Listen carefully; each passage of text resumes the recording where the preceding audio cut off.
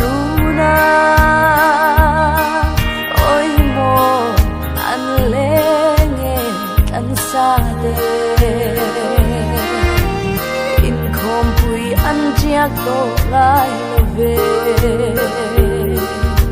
a tu na chen te zong an vul ram no ma nun na thing dai lim no ya chua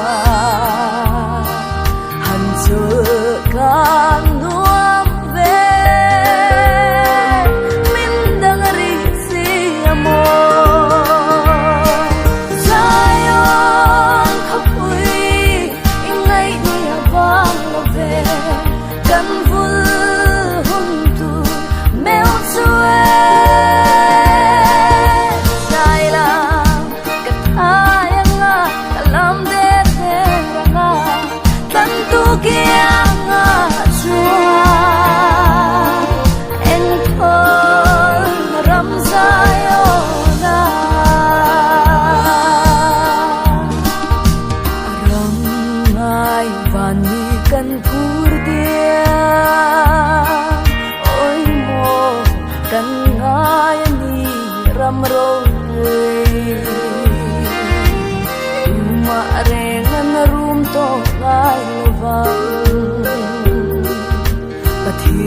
mangai na thoa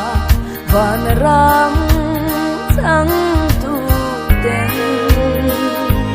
leilung ngai buai nan ngai lo vang lo ma kim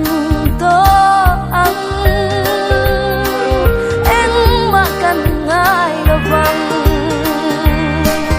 sayon khapui ingai kan vul hum tu mel chue sai la kat ayanga kalam de ranga kan tu kianga chua en thol ram sayona aral thua yang kan dam chumi ta an her liam zo to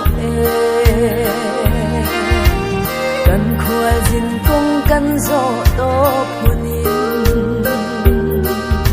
ka tha akal nanga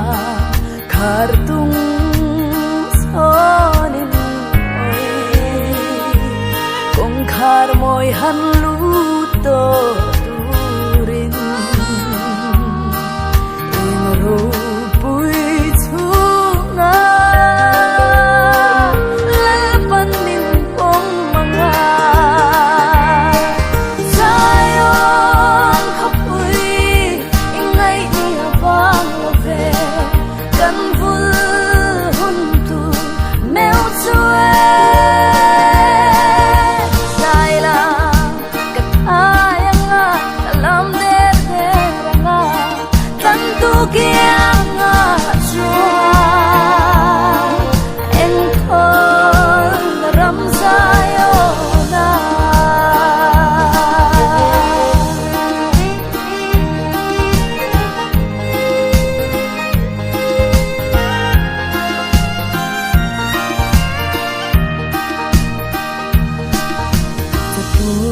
ram